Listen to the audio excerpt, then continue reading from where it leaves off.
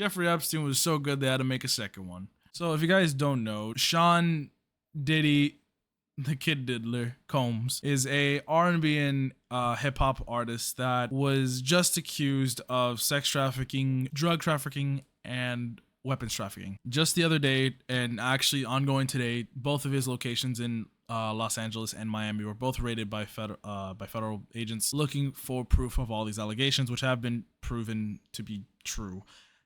He decided to flee the Bahamas, coincidentally the day the feds were supposed to show up at his door and seize him along with all the evidence. Nobody knows if that trip to the Bahamas was scheduled or a just runaway tactic. It's more than likely a runaway tactic. The reason I'm talking about this today is because not only was Diddy the Kid Diddler a very big suspect in this case, but his manager was Clive Davis, a man who's been in the industry for as long as I've been alive and as long as your parents have been listening to music, more than likely.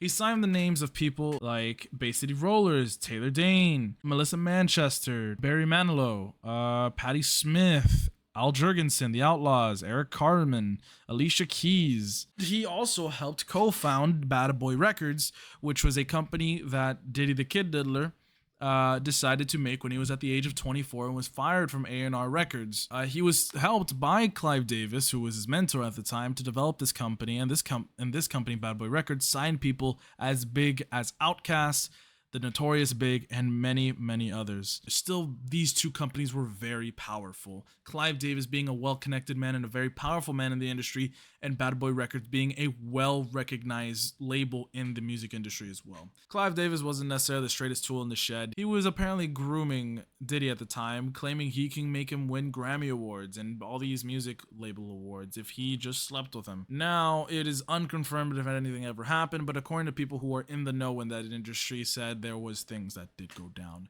Not only that Diddy himself has a video of him interacting with other rap artists and showing it to Clive Davis, being like, look, here, this is what you wanted. A means of extortion, blackmail, whatever you want to consider it. Now, why is this such a big deal? Because it essentially is Jeffrey Epstein of the music industry, and I said that as a joke, but it is quite literally the case here. Sean Combs was assisted by Clive Davis to set up a camera system around both of his properties in LA and Miami to record these parties within rooms, bathrooms, like living rooms, kitchens. Everything was recorded through this camera system that he developed with Clive Davis. Clive Davis was able to set up a computer in each house that would store all the recorded info and videos while they're running 24/7. Some of these videos have yet to be released to the public. While there is an ongoing lawsuit against Clive Davis and Diddy, it's more than likely Diddy will take the fall for these videos because he is the one who owns these properties and is the one that ran away from the police. In this lawsuit, there are some photos and some evidence of these videos that have existed, saying that it's essentially blackmail and extortion against politicians, celebrities, and everyone alike who attended these parties. And these parties did consist of underage individuals, yet their names haven't been released to the public just in order to protect their identity. It is very, very sickening to see what that has come to. Seeing this, I don't even know what to consider it. Fucking amalgamation like happen again, pretty much, and come to fruition. And this has been going on for a minute now. The parties themselves have been going on forever, and so much so that even back in 2012, I believe, Kanye had even called out Diddy for being a Fed for shit like this, because he knew he had the cameras around his house and was trying to essentially find blackmail and extortion against certain artists so he can get his way.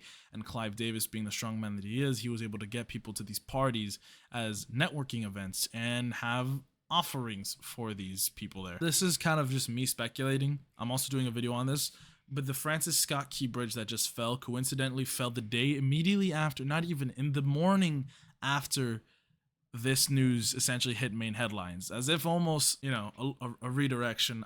I'm not about conspiracies, I'm more about facts in this case, but I'm just saying it's maybe worth taking into consideration that he runs away, and it almost seems like media outlets jump from the Diddler case to the Francis Scott Key Bridge, which supposedly was an intentional event. I will cover that in another video. In fact, that'll be the next video after this one. This court case has a lot going on into it, and I'm still looking into a lot of the information, but I advise looking into this because this is a very big and prominent issue within industries right now, where people who have high means of power use it against others who are seeming to try to make their goal. In fact, in my last video, the Quiet on Set video, is a similar tone to this, but not so in the means of Jeffrey Epstein, more so in the means of it was just a couple of production leaders being extremely weird towards their actors, which is still a very similar taste to what this is, that a manager who had control over a large portion of the industry used Diddy as his, not a scapegoat, because Diddy also was in for some amount of money here. Not to mention he could have been the reason Tupac died.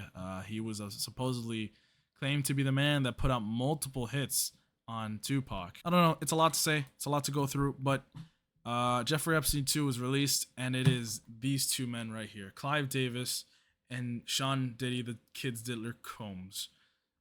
Do your own information on this, because this is still a developing situation. I just wanted to make something on this to say about it. But yeah, fuck these two.